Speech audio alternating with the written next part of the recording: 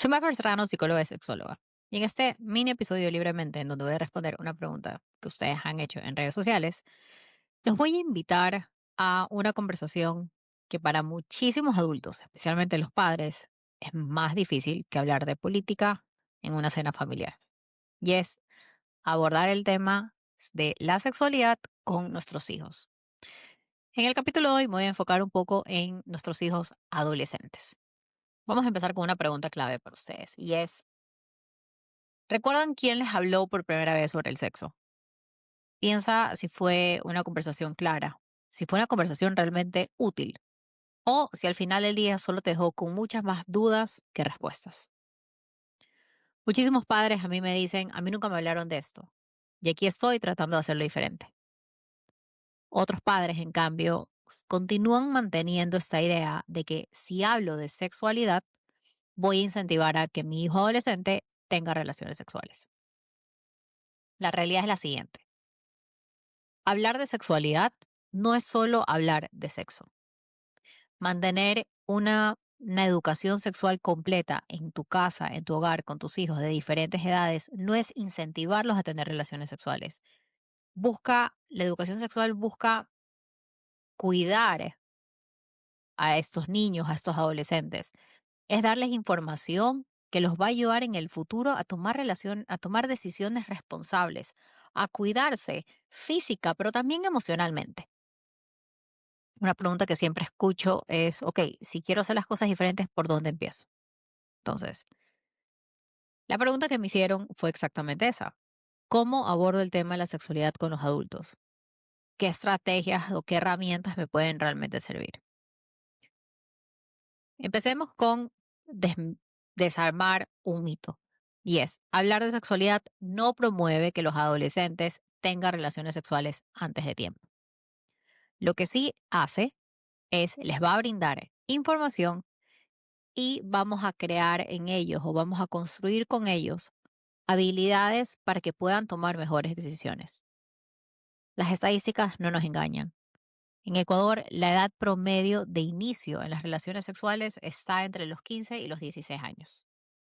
Más del 70% de los jóvenes ecuatorianos ha visto pornografía antes de los 18 años, muchos de ellos antes de los 14. La edad promedio de primer contacto o primera exposición a la pornografía se establece que es los 8 años. El 44% de los adolescentes ecuatorianos entre 18 y 25 años continúan al momento consumiendo pornografía. Como les decía al principio, la sexualidad no es solo sexo. Sexualidad es hablar de afectividad, autoestima, placer, consentimiento, respeto. Si reducimos la conversación solo a la genitalidad, al cuerpo, al acto sexual, estamos dejando de afuera la parte que más impacta a los adolescentes y es su lado emocional. Las últimas semanas he estado dando charlas a padres de familia y adolescentes en diferentes colegios de Guayaquil y algo que me ha saltado bastante en las conversaciones con los adolescentes, en las charlas con los adolescentes, es lo difícil que se les hace a ellos identificar el respeto en una relación romántica, indistintamente si son novios, casi algo, situationships y tantas otras terminologías que hoy ellos tienen. Pero también me he dado cuenta que les cuesta bastante identificar cuándo en una interacción hay consentimiento y no. Lo más importante o la base principal de la educación sexual es la prevención. Prevención de enfermedades, prevención de embarazos, prevención de abusos.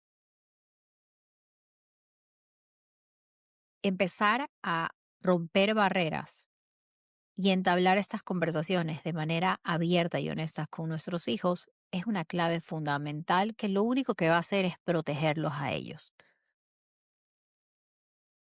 No nos va a garantizar de que ellos no vayan a tener relaciones, pero lo que sí va a hacer es que nos va a garantizar que si ellos sienten miedos, dudas o inseguridades, puedan venir a hablarlos con nosotros porque nosotros hemos dejado esa puerta abierta. Tres frases que escucho siempre es, No sé qué decir o cómo empezar a hablar de esto con mi hijo. Me da miedo darles demasiada información y a mí nunca me hablaron, entonces no sé cómo hablarlo. Con respecto a la última, esa es una realidad. Somos una generación a la que no nos hablaron de sexualidad o la manera en la que nos hablaron fue muy prohibitiva, pecaminosa. eh, Sin embargo, tenemos que recordar algo. El hecho que no nos hayan hablado de sexo o de sexualidad no significa que nosotros no hayamos aprendido, porque nosotros enseñamos con lo que decimos y con lo que no decimos. Reconocer que no hemos tenido como adultos un modelo claro de educación sexual es el primer paso. El siguiente es aprender y tomar la decisión de hacerlo diferente. No tienes que tener todas las respuestas como padre. La educación sexual no es una charla de una sola vez, es una conversación que vas construyendo con el tiempo, en donde le vas brindando a tu hijo la confianza de que en esta casa, en esta familia, se habla de todo y no tienes que tener miedo a preguntar nada. Una clave que te puede ayudar es a escuchar antes de educar. Pregunta, ¿qué sabes sobre este tema? ¿Qué has escuchado en el colegio? ¿Qué has escuchado de tus amigos? Cuando los escuchemos cantar las canciones de hoy que están sumamente sexualizadas, preguntémosles qué significan esos términos. Usa un lenguaje claro y sin eufemismos. Llama a las partes del cuerpo por su nombre correcto. Pene, vulva. Aprender estas palabras no les va a hacer daño. En una charla hace poco que tenía con un grupo de chicos de unos 13, 14 años, yo les decía el pene y vulva y se empezaban a reír. A lo largo de la charla, mientras iba avanzando, les volví a decir que el pene, la vulva, el pene. Al final de la charla estaban más relajados, ya no se reían tanto, ya como que perdieron la vergüenza de escuchar estas palabras. Y una de las cosas que les hice ver es por qué nos da vergüenza, por qué nos empezamos a reír. Una de las respuestas que me dieron es que es una parte que no se ve, de la que no se habla. Y le digo, claro, tampoco vemos el estómago de las personas, tampoco vemos los intestinos, pero no nos da vergüenza escuchar esas palabras. Y es por la asociación que tenemos con los términos. Algo que también es importante que hagamos, y me he dado cuenta en estas charlas y hablando con los chicos en estas semanas, es la importancia de incluir y hablarles sobre emociones y valores. No solo sobre el acto sexual como tal, nuestra sexualidad es mucho más compleja, incluye mucho más cosas. Entonces no nos limitemos a hablarlo solo de la parte biológica o del cuerpo. Hablemos de placer, hablemos de respeto, de cuidado, de empatía, que sepan que su cuerpo les pertenece y que tienen todo el derecho a decidir sobre ese cuerpo. Abordemos el tema de la pornografía con una mirada crítica. Explícale que la pornografía no es educación sexual, que es un entretenimiento para adultos que no refleja las relaciones reales. No mintamos, evita ante todo esa mentira. Modela con lo que predicas. Si tú le vas a decir a tu hijo que es pecado masturbarse, él va a coger y va a encontrar información aparte que le va a decir que la masturbación no es mala. Entonces, no, si constantemente les estamos enseñando a que no nos mientan, nosotros no le demos información que es mentira. La masturbación no es mala. La masturbación es un acto natural que ocurre en privado y que no estás en obligación de practicarlo. Y que si lo quieres hacer, no necesitas de la pornografía para hacerlo. Por su parte, la pornografía es un estímulo o un entretenimiento para adultos que a temprana edad puede causar muchísimos daños. Y es lo que yo le estoy diciendo a los chicos. Uno de estos chicos decía, ¿por qué no siguen antagonizando la pornografía? Y le digo, no es antagonizarla, es darte los datos concretos de cuál es el efecto negativo de un consumo de pornografía a temprana edad. Crea adicción, te desdibuja, te confunde, te crea expectativas falsas, no refleja el acto sexual de manera real, no refleja las interacciones entre parejas de una manera real. Y eso es un hecho. A un adolescente no le voy a decir, es algo que de más grande puedes decidir verlo o no, pero sí, como le respondí, es una realidad. A esta edad, a tu edad, en la adolescencia, no te va a ayudar, no te va a dar en retorno beneficios. Si quieres que te escuchen, sé coherente con lo que les dices. Los adolescentes detectan la incongruencia súper rápido. Es más, el adolescente es más propenso a hacerte preguntas para incomodarte porque ya sabes que ese tema te incomoda. Cuando te hagan preguntas, responde, aunque tengas miedo, aunque tengas vergüenza. No uses la amenaza de si haces esto, te pasará esto otro. Sin, no lo conviertas tampoco en un interrogatorio. Tampoco esperes al momento perfecto porque el momento perfecto nunca va a llegar. Tienes miedo, tienes vergüenza, te sientes incómodo por la pregunta que te acaban de hacer. Reconócelo. Hijo, hija, la verdad es que este tema para mí no es fácil hablarlo contigo, pero lo voy a hacer porque es por tu bien, porque me lo estás preguntando y porque agradezco, aprecio que recurras a mí para hablar de este tema. Al final del día, así lo que vas a hacer es que les estás haciendo saber a ellos que pueden acudir a ti sin miedo. Reconoce cuando no sabes algo, porque no somos una enciclopedia andante. Diles, ¿sabes qué? No lo sé, pero ¿qué te parece si lo buscamos juntos? ¿O qué te parece si tú haces tu investigación por tu parte, yo hago la investigación por mi parte y conversamos sobre qué es lo que encontramos, qué es lo que significa? Es preferible que tengas varias conversaciones cortas y frecuentes a que tengas una sola charla larga e incómoda.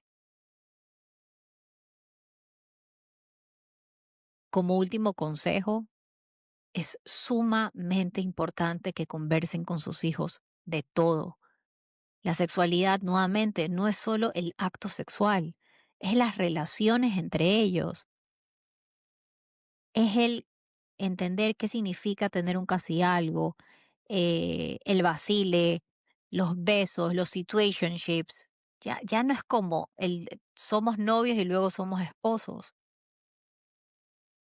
Hablando con estos chicos y estos adolescentes, los casi algo es una relación compleja porque hay casi algo que solo se mandan mensajes y solo se escriben y están eh, conociéndose con el objetivo de ver si desarrollan en una relación. Pero hay casi algo que durante el proceso de ser casi algo sí se están besando y si hay contacto físico, si hay un poco más de intimidad. No todos los casi algo terminan en noviazgos, hay vaciles que terminan en casi algo, pero no terminan en noviazgo y así es todo un enredo. Pero siéntense con sus hijos a hablar de eso.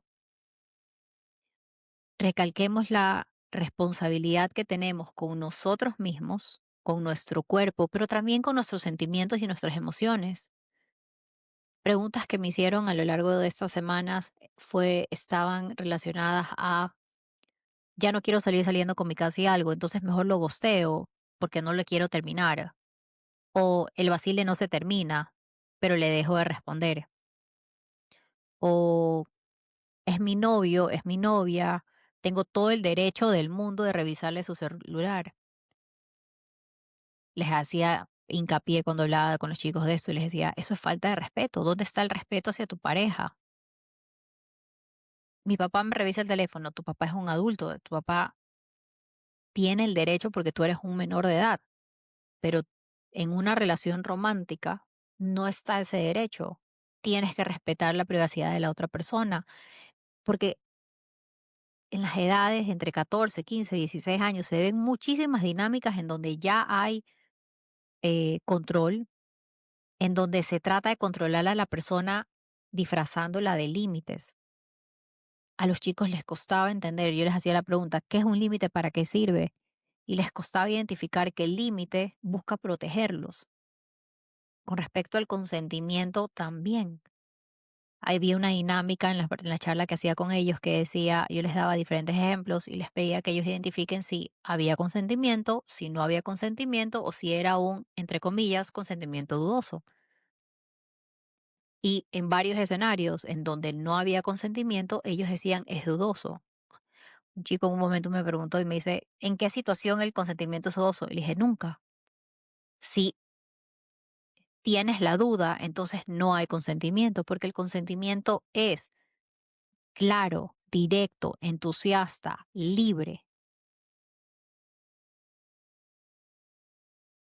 Todo esto busca prevenir abusos. No estamos hablando de que un adulto venga a abusar de ellos. Son adolescentes. Son adolescentes que en 5, 6 o en 2 años ya van a estar en universidades, ya sean locales o en el extranjero, y se van a ver expuestos a situaciones en donde pueden ser víctimas de abuso y van a tener dificultad de identificar si es que han sido abusados o no. Es que estaba un poco pasado de tragos y nos estábamos coqueteando, entonces ya en esa situación había consentimiento. No, la persona tiene que tener la capacidad de dar el consentimiento, de decir que sí. Eso significa no estar bajo los efectos de alcohol, de drogas. No necesitamos hablar con nuestros hijos del acto sexual como tal para enseñarles de consentimiento. El consentimiento también está en el ejemplo de revisar el celular o no. ¿Tienes el consentimiento de tu pareja para revisar el celular? No. Revisarle el celular porque aprovechaste que se levantó y se fue al baño y dejó el celular ahí en el mueble. Es una falta de respeto. Al final del día, con los adolescentes, hablar de educación sexual no es solo hablar de sexo, no es solo hablar del uso de preservativos, no es solo hablar de enfermedades de transmisión sexual, de prevención de embarazo. Con respecto a eso, por si acaso, los chicos están más preocupados en cómo no quedar embarazados y no están tan preocupados de cuidarse de las enfermedades de transmisión sexual porque ellos creen que a mí no me va a pasar, que eso no pasa en el entorno en el que yo me desenvuelvo, porque siguen creyendo que las enfermedades de transmisión sexual pertenecen a una clase social específica. Mi consejo para ustedes padres es hablen, nunca es tarde. No den charlas, no den sermones, conversen. Te veo mucho en el celular, estás hablando con alguien, cuéntame. No, mamá, no te quiero contar ahora, está bien, pero que sepas que me puedes contar a mí, que puedes confiar en mí, que estoy aquí para ti. Gracias por acompañarme en este episodio libremente, que no es tan mini episodio, pero eh, tenía esta pregunta sobre cómo abordar el tema de la sexualidad con los adolescentes. Acabo de salir de dar varias charlas en colegios y me quedo con muchas reflexiones de las conversaciones que tuve con los adolescentes. Número uno, la necesidad que ellos tienen de conversar con un adulto confiable, que les responda a las preguntas como de manera directa, de manera clara, no sentirse, no sentir que les están mintiendo. Y qué mejor fuente de información que uno mismo como padres. Gracias por acompañarme en este episodio. Nos vemos en el próximo.